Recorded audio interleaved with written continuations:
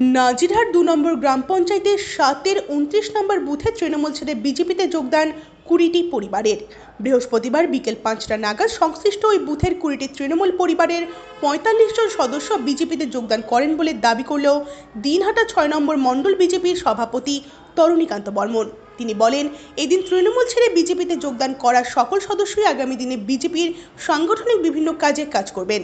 পাশাপাশি দেশের সর্বকনিষ্ঠ কেন্দ্রীয় মন্ত্রী অর্থাৎ কেন্দ্রীয় স্বরাষ্ট্র দপ্তরের প্রতিমন্ত্রী নিশীথ প্রামাণিকের সঙ্গে কাজ করে বিজেপির সংগঠনকে শক্তিশালী করবে।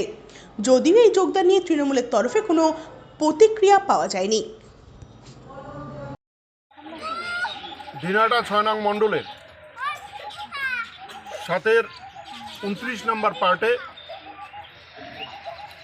তৃণমূল কংগ্রেসের প্রাক্তন পঞ্চায়েত খগেন দাস সহ এই পাড়ার ২০টি পরিবার ভারতীয় জনতা পার্টিতে অংশগ্রহণ করলো এবং আগামী দিনে এরা আমাদের প্রার্থী ভারতবর্ষের সর্বকনিষ্ঠ মন্ত্রী নিশীথ প্রামাণিকের নেতৃত্বে ভারতীয় জনতা পার্টিতে কাজ করবে এই অঙ্গীকার রেখে এরা প্রত্যেকেই ভারতীয় জনতা পার্টিতে অংশগ্রহণ করলো।